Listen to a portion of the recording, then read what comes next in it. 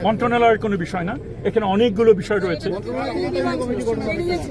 জি বিমানটা ছিল ট্রেনিং। জি একটা এত বড় একটা শিক্ষা প্রতিষ্ঠানের উপর দিয়ে ট্রেনিং মানে এই এরিয়াতে আসলো কিভাবে স্যার? ধরেন অ্যাক্সিডেন্ট যখন ঘটে, না অ্যাক্সিডেন্ট যখন ঘটে তখন সেটা তো কেউ এটা অ্যান্টিসিপেট করতে পারে না।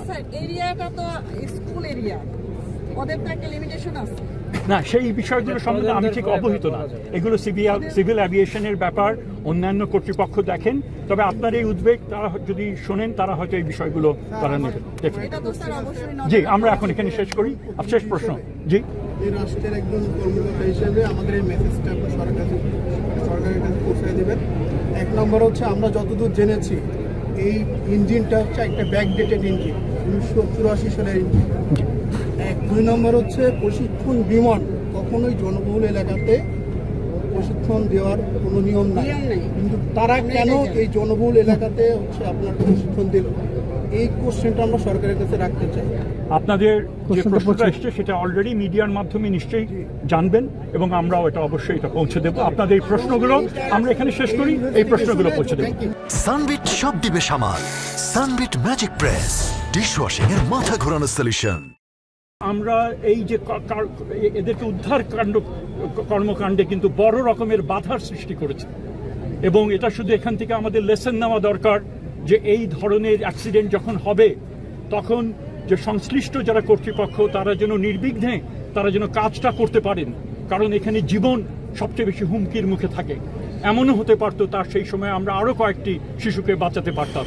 কাজে এই দায় কালেকটিভলি আমাদেরকে সবার নিতে হবে এবং এখান থেকে শিক্ষা নিয়ে আমরা যেন একটু নিজেদেরকে বিহেভ করি এবং যেন একটা সংযত আমরা থাকি। অবশ্যই আমরা শোক প্রকাশ করব, অবশ্যই আমরা উদ্বেগ জানাবো, অবশ্যই আমাদের ঔৎসুক্য থাকবে, সেটাকে আমরা নিরসন করব, কিন্তু আমরা এমনভাবে করব না যার মাধ্যমে এই ধরনের একটা পরিস্থিতি সৃষ্টি হবে। এ কথা বলে আমি সকলকে, বিশেষ করে আইনশৃঙ্খলা বাহিনী যারা রয়েছেন, আর্মি, এয়ারফোর্স, এখানে পুলিশ, এপিবিএন, ফায়ার সার্ভিস, বিশেষ করে আনসার, এরা বিভিন্ন প্রতিষ্ঠান, এখানকার এই স্কুলের যারা ভলেন্টিয়ার, তারপরে স্কাউটস এবং স্কুল কর্তৃপক্ষ, কলেজ কর্তৃপক্ষ, তারা এবং এলাকাবাসী, তারা যেভাবে হাত বাড়িয়ে দিয়েছেন, সকলকে পানি খাওয়ানো থেকে শুরু করে নানান রকমের তারা বিশাল এই কর্মযজ্ঞের সঙ্গে সম্পৃক্ত হয়েছেন, তাদেরকে আন্তরিকভাবে ধন্যবাদ জানাই। আমি আবার পরিবারদের প্রতি ভীষণ রকমভাবে শোক, আমরা তাদের সাথে সংহতি শোক প্রকাশ করছি। আমরা আশা করি যারা ভুগছেন বার্ন ইউনিটে তারা দ্রুত সেরে উঠবেন। আমি আবার এই কথা বলতে চাই যে কোনো রকমের আমাদের দিক থেকে গাফিলতি থাকবে না তাদের। আমাদের হাতকে একটু আমাদের কর্মপ্রয়াসকে এবং অন্যান্য যারা আছেন হাসপাতালের ডাক্তাররা যে কাজ করছেন, নার্সরা যে কাজ করছেন, এমার্জেন্সি অন্যান্য যারা সেবা তারা যে কাজ করছেন, সকলকে আমি আন্তরিক ধন্যবাদ জানিয়ে এবং তাদের কাজের প্রতি কোনো বিঘ্ন না ঘটানোর আহ্বান জানিয়ে আমি শেষ করছি। ফায়ার সার্ভিসের তথ্য অনুযায়ী এখন পর্যন্ত 19 জনের মরদেহ পাওয়া গেছে, আহত আছে প্রায় 200-র মতো।